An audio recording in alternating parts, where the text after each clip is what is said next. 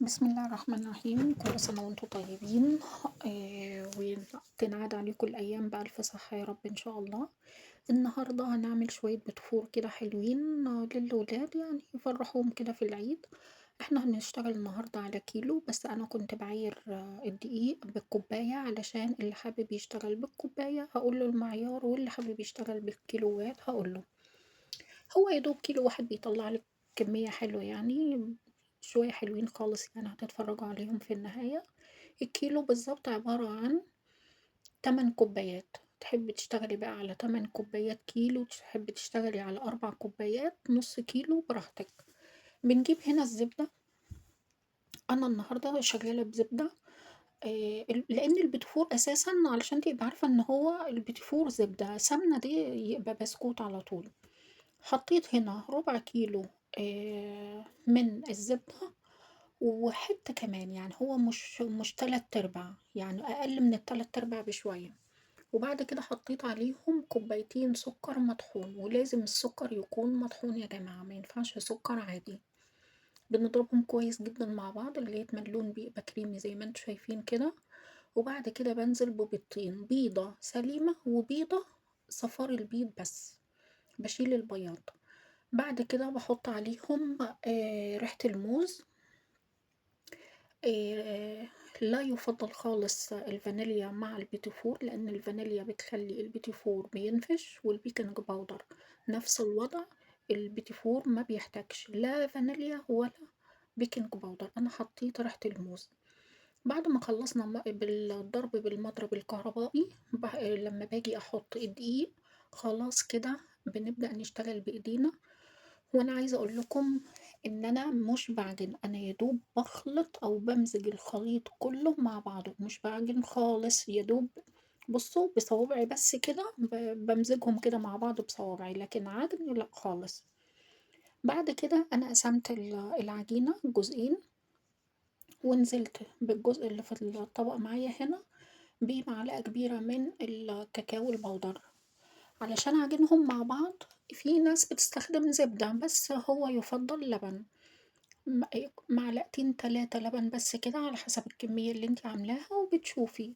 بعد ما بتمزجيهم مع بعض بتغطيهم ب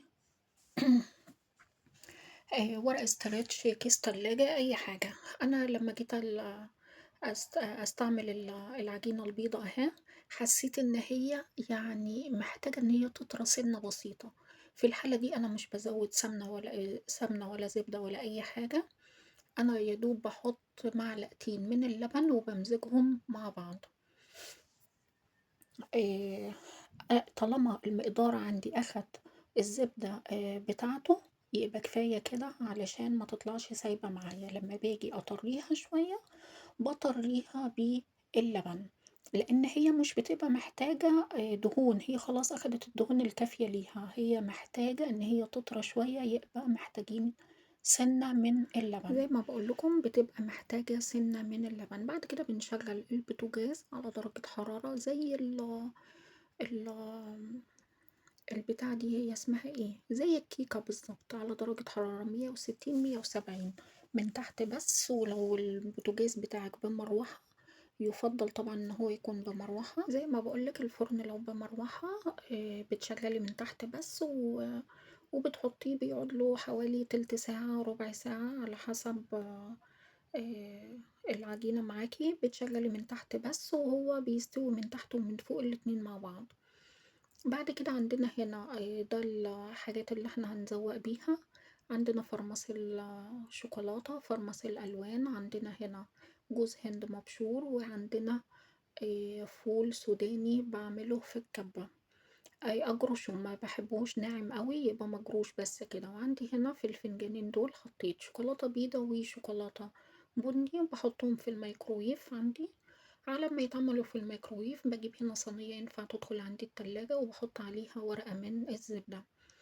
دي دلوقتي هنا الشوكولاتة جبتها من الميكروويف، بابدأ إن أنا أحط عليها حاجة معلقة صغيرة خالص من الزيت، ويُفضّل طبعًا نوعية زيت كويسة، علشان تخلّي لي الشوكولاتة بس سايبة شوية. بعد كده هنبدأ إن إحنا نعمل mix ما بين ال البيتيفور بالعجينة البيضا، والبيتيفور اللي بالعجينة البني اللي هو بالشوكولاتة.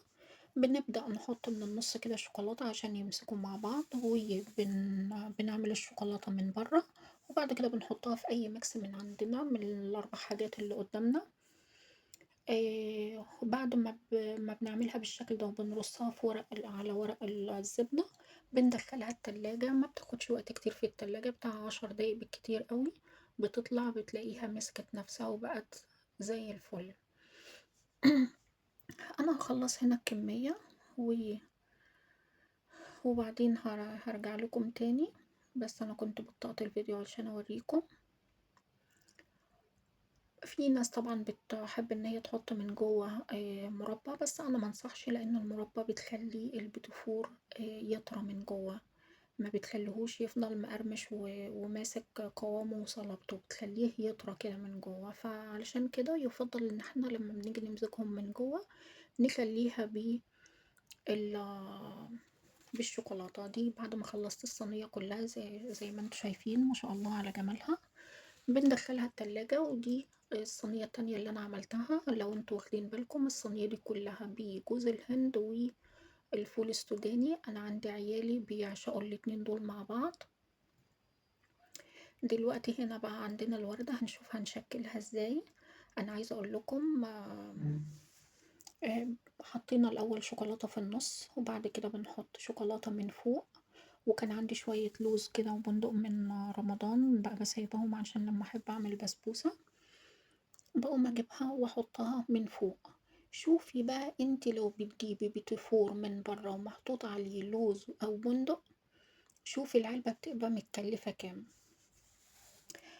طبعا دكتورتنا الجميلة بقى أنا وأختي كانت جايبالي علبة بيتيفور، كانت بنفس الشكل اللي انتوا شايفينه ده بالظبط، الوردة وعليه بيتيفور ولوز وبندق وحاجات كتيرة جدا، وكانت جايباها بمبلغ وقدره. وأنا وقتها زعقت عليها وقلت لها أنا هعمل لك البيتيفور اللي بنفس هذا الشكل، وهتشوفي هو ولا. يعني مش عايزة أقول اسم المحل اللي كانت جايبة منه، كان محل غالي جدا يعني. فقولي لنا هنا بقى كده يا دكتورة، دودو ولا المحل اللي انتي جايبة منه؟ جربنا بالشوكولاتة البني وبعد كده بالشوكولاتة البيضة، وحطيت هنا الشوكولاتة على نص البيتفورة نفسها. آه، ده هنا برضو الشوكولاتة البني من النص واقفلها، وبعد كده هحط نصها بس هو اللي يتعمل بالشوكولاتة، وبعد كده هحط شوكولاتة في النص، في النص الوردة كده علشان لما احط عليها اللوز او البندق يمسك فيها. بعد كده هوريكم برضو القلوب. القلوب بتبقى شكلها فظيع برضو في العلب المحلات الغالية قوي. هتشوفوا هنعملها ازاي. هنجيب القلبين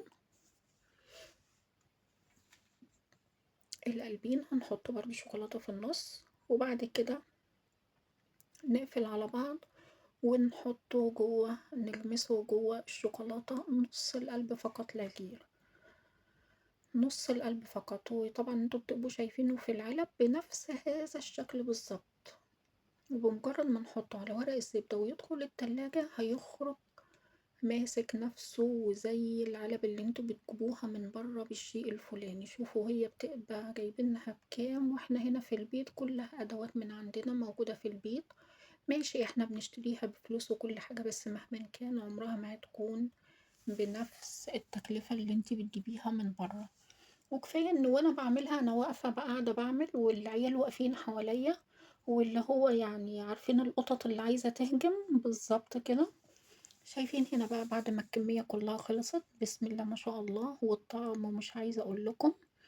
انا بعد ما خلصت العيال كل واحدة طبق منفصل لوحدها، اطباق صغيرة كده، وكل واحدة بقت تاخد اللي هي عايزاه. شايفين انا يعني مش هقول لكم حاجة، الصورة بتتكلم عن نفسها.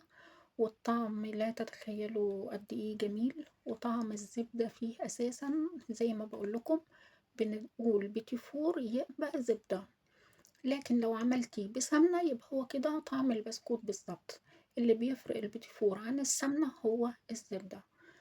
في النهاية لو الفيديو عجبكم ما تنسوش تعملوا لايك وسبسكرايب وتشتركوا في القناة وتفعلوا الجرس. وتدعوا لي دعوة حلوة، وكل سنة وأنتم طيبين، وشكرًا جدًا لمتابعتكم، والسلام عليكم ورحمة الله.